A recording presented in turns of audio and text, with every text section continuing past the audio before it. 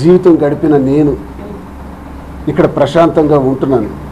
ఆస్తులన్నీ రాసేసాను, అన్నీ చూసుకుంటున్నాను, చూస్తాను. ఇప్పుడు కూడా చెప్తున్నాను, ఈ క్షణం కూడా చెప్తున్నాను, చూస్తాను. ఇది నా బాధ్యత. నా శక్తి ఉన్నంత వరకు, భగవంతుడు నాకు ఇచ్చిన అవకాశం వరకు వాళ్ళని గౌరవంగా చూడటం నా బాధ్యత. నేను చేస్తాను అవన్నీ. ఇదేంటిది? మొన్న రాత్రి వచ్చారు తండ్రి దగ్గరికి. పిల్లలు రావాల్సిన సమయం రాత్రి 11, 12, 1 గంట, 2 కార్లు, గానా భజన, మనుషులు. కొంతమంది తెలుగుదేశం పార్టీకి చెందినటువంటి నా గుమ్మం దగ్గరికి కూడా ఎప్పుడు తారసపడని వాళ్ళు, నన్ను ఫేస్ టు ఫేస్ కూడా ఎదురుపడని వాళ్ళు, టీడీపీకి చెందినటువంటి వాళ్ళు, ప్రత్యర్థి పార్టీకి చెందిన వాళ్ళు చాలామంది రోడ్డు మీద కాపలా. ఆ వచ్చిందే వచ్చింది. నిచ్చెనలు తీసుకొచ్చినారు, కారాలు తీసుకొచ్చారు, వైర్స్ తీసుకొచ్చారు, రోప్స్ తీసుకొచ్చారు, కాంపౌండ్ వాళ్ళు దాటి రాపడికి రావడానికి గుణపాలు తీసుకొచ్చారు. వచ్చింది పిల్లలతో పాటు ఈ గానా భజన ఏంటి? ఇది బ్యాక్గ్రౌండ్ ఏంటి? ఈ బ్యాక్గ్రౌండ్ ఏంటి నడుస్తుంది అసలు? అంటే నేను వెళితే నా మీద కారం కొడతారు, నన్ను అటాక్ చేస్తారు అని నేను ఆ రోజు రాలేదు, తలుపు తీయలేదు. ప్రేమ లేక కాదు, వచ్చిన పిల్లల్ని ఆదరించడం కూడా తెలియక కాదు. వచ్చిన సమయం కానీ, వచ్చే విధానం కానీ సభ్య సమాజానికి నేను అడుగుతున్నాను. తండ్రి దగ్గరికి రావాల్సిన విధానం అదే. ఓకే, మొన్న అయింది. ఆ తల్లి చెబుతుంది, దువాడవాణి నాకు సంబంధం లేదు, నా మానాన్ని నేను ఉంటాను, నాకు ఆస్తులు వద్దు, డబ్బులు వద్దు, షర్టుతో లుంగితో నా దగ్గరికి వచ్చాడు, నేనే అన్నీ చూశాను, నేనే అన్నీ ఇచ్చాను, నేనే అన్నీ పోషించాను. మాకు 100,000 ఎకరాల ఆస్తులు ఉన్నాయి. శుభం ఉండని. నీ ఆస్తుల గురించి నేను ఎప్పుడైనా విన్నానా? అడిగానా? నీ ఆస్తుల వైపు చూశానా? మాట్లాడానా? చెప్పు దమ్ముంటే. నీ ఆస్తులు ఎటో, నీ అంతస్తులు ఎటో, నీ పేరు ప్రకే మాకు అనవసరం. నేను ఎప్పుడు అటువైపు చూడలే. అది నీకుంటే నీకుండి బాగుండదు, ఆ తప్పే లేదు అని చెప్పి నిన్న రాత్రి పెద్ద కూతురుని వేసుకుని ఇంటి దగ్గరికి వచ్చి, ఇది నన్ను కలిసే విధానం అండి, నేను వెళ్ళను అని చెబుతూనే పాపతో వచ్చి గేటుకి గుణపంతో పొడిచి గేట్ని ఊడగొట్టి లోపలికి ట్రెస్ పాస్ చేసి, ఇది steel door, Tata door, steel door, ఈ డోర్కి పవర్ బ్లేడ్ పెట్టి కట్ చేసి లాక్. ఇది అవసరమా? దీన్ని సాంప్రదాయం అంటారా? తండ్రిని కలవటానికి వెళ్ళే విధానం అంటారా? భర్తతో మాట్లాడడానికి వచ్చిన సంస్కారం అంటారా? భర్తని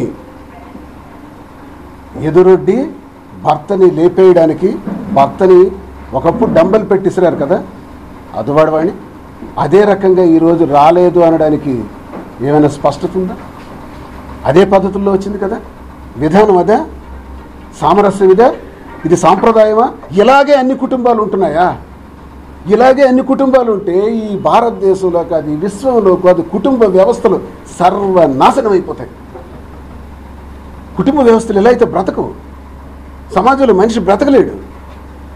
దుర్మార్గమైన పరిస్థితుల్లో ఈరోజు నన్ను నెట్టేసినారు. చూడండి, అక్కడ అవసరమా? మీకు బ్రహ్మాండమైన బంగ్లా కట్టించాను, ఇల్లు లేదా అంటే మీడియా ముందు చైర్లో పరుపేసుకొని పడుకుంది దువ్వాడ శ్రీనివాస్ కూతుర్ని రాత్రి విడిచిపెట్టేసినాడు బయట అని చెప్పటానికి. ఏం మీకు ఇల్లు లేదా? 6 కోట్లు పెట్టి బంగ్లా, పెద్ద ఏసీ రూములతో బ్రహ్మాండంగా విలాసవంతమైన ఇల్లు మీకోసం కట్టించానే. ఆ ఇంట్లో నేను ఉన్నది ఎంత, ఉన్న సమయం ఎంత, ఈరోజు నాకు ఆ ఇల్లు ఉందా? నేను అది అనుభవించగలనా? లేదే. మీరే అనుభవిస్తున్నారు, మీరే అనుభవించాలి. ఆ ఫ్యాక్టరీ రాశాను, ఇంకేమేమి ఉన్నాయన్నీ ఇచ్చేస్తున్నాను, హాయిగా ఉండాలి కదా. ఇప్పుడు ఏ ఉద్దేశంతో వచ్చారు చెప్పండి? ఇప్పుడు ఏంటి జరిగిందని? 30 ఏళ్లలో ఒక తతంగం అయితే, ఇటీవల కాలం 2 ఏళ్ల నుంచి మా ఇంటి గొడవ ఇంకో రకంగా ఉంటే, ఈ 60 రోజుల్లో తెలుగుదేశం ప్రభుత్వం వచ్చిన తర్వాత వ్యవహారం వేరే రకంగా ఉంది. దాడులకే వచ్చారు. అప్పుడు నేను రాత్రి పోలీస్ స్టేషన్లో కంప్లైంట్ ఇచ్చాను. కంప్లైంట్ ప్రకారం మీరు వాళ్ళని అక్కడి నుంచి తీసుకెళ్ళండి అని చెప్పారు. ఈ క్షణం వరకు పోలీసు వారు చర్యలు తీసుకోవట్లా. హౌస్ ట్రెస్ పాస్ చేయొచ్చా? ఇది నా స్వార్జితం కదా, మా తాతల తండ్రులు ఇచ్చిన ఆస్తులు కావు. చట్ట ప్రకారం నా స్వార్జితమైన ఆస్తుని అనాథ శరణాలయాలకు రాసేయచ్చు, దానాలు ధర్మాలు చేసేయచ్చు.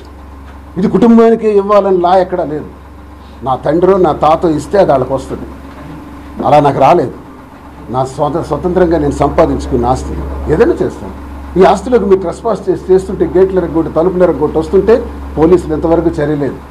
రాత్రి నాకు తెలిసింది నా ప్రత్యర్థి అచ్చెన్నాయుడు మంత్రి నువ్వు అక్కడే ఉండు, పోలీసులు ఆమె జోలికి వెళ్ళకండి హుకుం జారీ చేశాడు.